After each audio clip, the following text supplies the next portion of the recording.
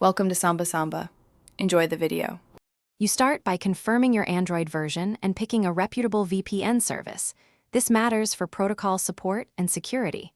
Once you install the provider's app from Google Play, open it and sign in. You'll be prompted to grant VPN and network permissions, accept them to allow the tunnel. Make sure location or background permissions are enabled if the app requires them. After permissions, the app will guide you to the next step, selecting a server to connect to. Once signed in, you choose a server location. Closer servers reduce latency, but choose another country for content access.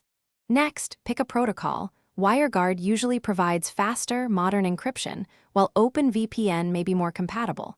Make sure to set DNS to the provider's secure DNS to avoid leaks. If you want certain apps to bypass the VPN, configure split tunneling. Finally, enable the kill switch to block traffic if the VPN drops. This keeps your real IP from leaking. Tap Connect and accept the Android system VPN prompt. You'll see a key icon in the status bar when the tunnel is active. You should verify the connection by checking your IP and DNS with an IP check site or the app's diagnostics to confirm location and DNS changed.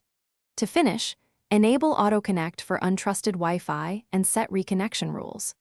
If the tunnel fails, restart the app, toggle airplane mode, or reinstall the app, and contact support if you still see leaks or no connectivity.